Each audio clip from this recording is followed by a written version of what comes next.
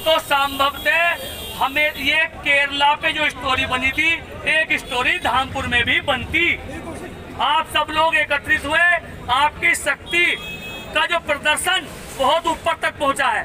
तो मेरा आप सभी लोगों से निवेदन और आग्रह है, हमेशा इस प्रकार की क्रियाओं की प्रतिक्रिया इसी प्रकार करें, और जब तक इन लोगों की गिरफ्तारी नहीं होती है तब तक आप इसी प्रकार संघर्ष करते रहें, ये मेरा आप लोगों से निवेदन है। धामपुर के कई हिंदू संगठनों द्वारा बाजार बंद कराकर धामपुर के भगत सिंह चौक पर इकट्ठा होकर पुलिस के खिलाफ नारेबाजी कर हिंदू संगठन द्वारा हनुमान चालीसा भी पढ़ा गया। जी हाँ, कोतवाली पुलिस ने नाबालिग किशोरी के साथ छेड़छाड़ करने के आरोपी को गिरफ्तार कर जेल भेजा है। इस मामले में विभिन्न हिंदूवादी संगठनों ने कार्यवाही की मांग की थी। मोहल्ला लोहिया निवासी एक महिला ने पुलिस को तहरीर में बताया कि उसकी देवती मदद करने के लिए दुकान पर आकर बैठ जाया करती थी। आरोप है कि फरदीन निवासी मोहल्ला नई सराय उनकी दुकान पर आता था। दुकान पर प्रार्थना की देवती सहयोग हेतु दुकान पर बैठती थी, जिस पर फरदीन गलत निगाह रखने लगा और बार बार अलग अलग बहाने से आने लगा। उसकी बेटी बहुत डरी हुई है। आरोपी अंजाम बहुत लेने की धमकी दे रहा था। इस मामले में देर शाम विश्व हिंदू परिषद, बजरंग दल तथा भाजपा युवा मोर्चा से जुड़े दर्जनों लोग पीड़िता की नानी के साथ कोतवाली पहुंचे तथा आरोपियों के खिलाफ नामजद शिकायत देकर कार्यवाही की मांग की। पुलिस ने आरोपी फरदीन के खिलाफ संगीन धाराओं में मुकदमा दर्ज कर चालान कर जेल भेज दिया है।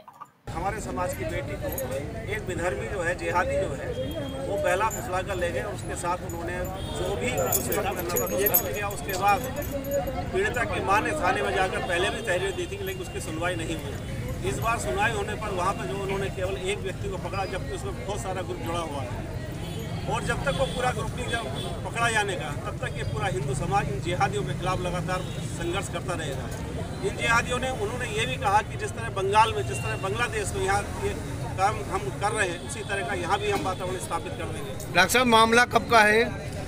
18 तारीख का मामला पुराना, उससे पहले भी तहरीर दी है उसकी मां ने। 18 तारीख से पहले भी तहरीर दी है। वो लगातार उसको पीड़ित करते हैं, वो छेड़छाड़ करते आ रहे हैं उसके साथ।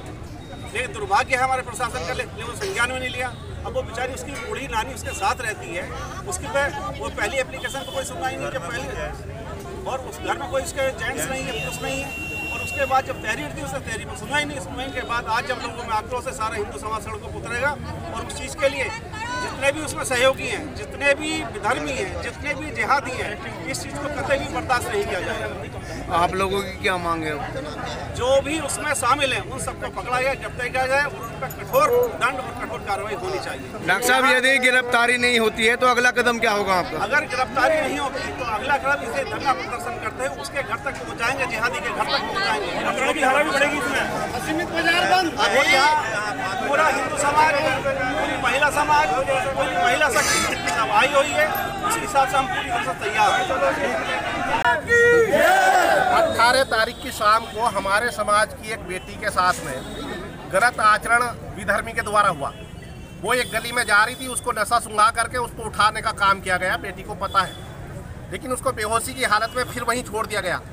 परिवार के लोगों ने, परिवार में एक बूढ़ी नानी है उसकी, परिवार के लोगों ने जाकर के थाने में शिकायत की, लेकिन उस शिकायत पर पुलिस के द्वारा कोई भी कार्यवाही आज तक नहीं हुई। कल हार करके समाज के लोग इकट्ठा होकर के थाने में गए और तब जाकर के घटना को बताया। लेकिन जो घटना हुई है, वास्तव में घटना जो हुई उसकी जो रिपोर्ट दी गई थी, जो प्रार्थना पत्र दिया गया था, उस प्रार्थना पत्र को पुलिस ने बदल करके अपने हिसाब से लिखवाने का काम किया गया। इसका मतलब है प्रशासन उन लोगों से हमसाज है। इनको, प्रशासन को ये समझ में नहीं आ रहा कि ये बहन बेटियों के मान सम्मान का विषय है और हम किसी भी कीमत पर इसको बर्दाश्त करने वाले नहीं हैं। जी, अगर लोगों की गिरफ्तारी नहीं होती है तो आपका अगला कदम क्या होगा? देखिए, अभी एक व्यक्ति, एक लड़के को पुलिस ने, एक लड़के को अभी पुलिस ने गिरफ्तार किया है, केवल एक को, जबकि उसकी बहन भी उसमें सम्मिलित है। बहन हो या जो भी हो, हमें नहीं पता कौन है, कोई लड़की उसमें सम्मिलित है जो लगातार हमारी बेटी से संपर्क करती थी कि तू मुसलमान बन जा, मेरे भाई से दोस्ती कर ले, ऐसे करके।